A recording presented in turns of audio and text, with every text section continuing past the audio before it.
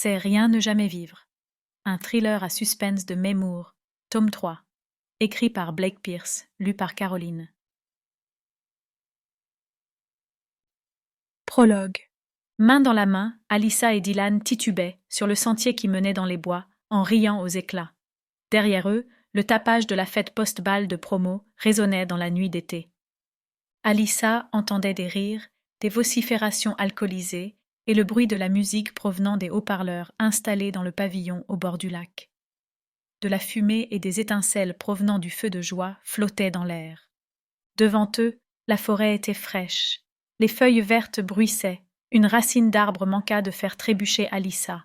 Elle se colla à Dylan en hurlant de rire, heureuse d'avoir une excuse pour se cramponner davantage à son bras musclé et robuste. « Pas si vite! J'ai failli tomber !» l'avertit-elle. « Excuse-moi.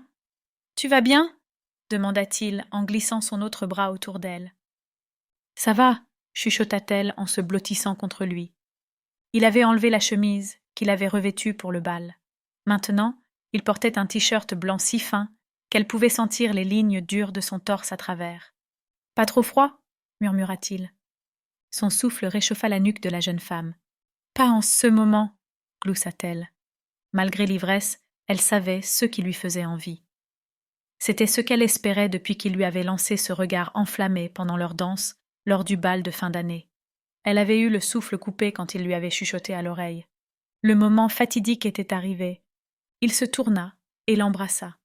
Alyssa se sentit étourdie par le désir. « Tu es si sexy, Alyssa !» dit Dylan d'une voix un peu plus rauque qu'auparavant. Ses lèvres effleurèrent sa joue. Le cœur d'Alyssa martelait bruyamment dans sa poitrine. Elle le connaissait depuis la maternelle, mais être ensemble maintenant était parfaitement naturel. Ils étaient faits l'un pour l'autre, elle en était sûre. C'était le destin. Dylan interrompit le baiser et avala sa bière. « Et si on s'asseyait ici un moment ?» suggéra-t-il. Ils étaient allés plus loin dans les bois qu'Alyssa ne l'avait réalisé. Les bruits de la fête s'étaient estompés. À présent, il y avait une odeur de mousse désagréable. C'était un peu humide, avec un relent de vieilles feuilles pourries. Dylan ne paraissait pas le remarquer. Il se laissa glisser contre un arbre. Mais Alyssa, si ivre soit-elle, ne ressentait plus la même envie lorsqu'il la prit par la taille pour l'asseoir à côté de lui. Sa robe était trop courte. Les branches et les pierres sous les feuilles moisies lui écorchaient la peau. Elle ignorait jusqu'où aller avec Dylan. Elle l'appréciait vraiment beaucoup, mais il avait la réputation d'être un tombeur. Elle ne voulait pas qu'il la largue par la suite comme il l'avait fait avec d'autres filles.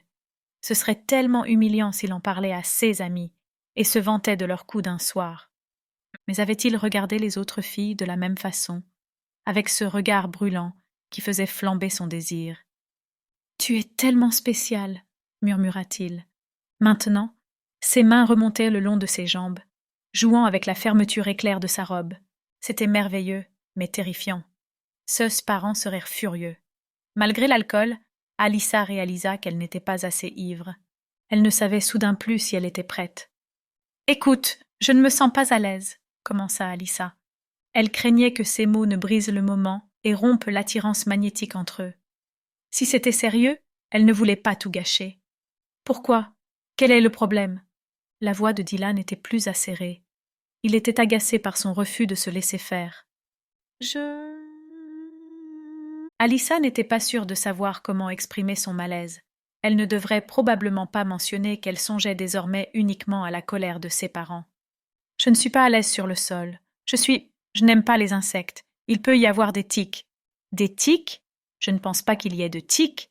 Mais je vais te dire, » chuchota-t-il en se penchant plus près. « Ma voiture est garée près du pavillon. Alors, je vais courir et aller chercher une couverture. » D'accord, ce n'était pas ce qu'elle avait prévu. Elle aurait aimé qu'ils rentrent tous les deux pour gagner du temps. Mais Dylan se leva d'un bond et partit en trottinant vers le pavillon. Alyssa resta assise sur les feuilles, mal à l'aise. Elle était maintenant consciente que la fermeture éclair de sa robe était trop baissée, de sa jupe remontée jusqu'à ses cuisses et du fait qu'elle était maintenant seule. Assise là, elle tenta de réfléchir à la logistique de CE qui allait suivre. Il reviendrait avec une couverture, ce qui l'inciterait à se laisser faire. Elle aurait l'impression d'avoir en quelque sorte accepté son sort. Cette action scellerait son destin. Elle aurait plus de mal à dire non. Je ne pense pas en être capable, murmura Alyssa à la forêt qui l'entourait. Je ne suis toujours pas sûre. Nous espérons que vous avez apprécié cet aperçu. Pour continuer à écouter ce livre audio sur Google Play Livres, utilisez le lien dans la description de la vidéo.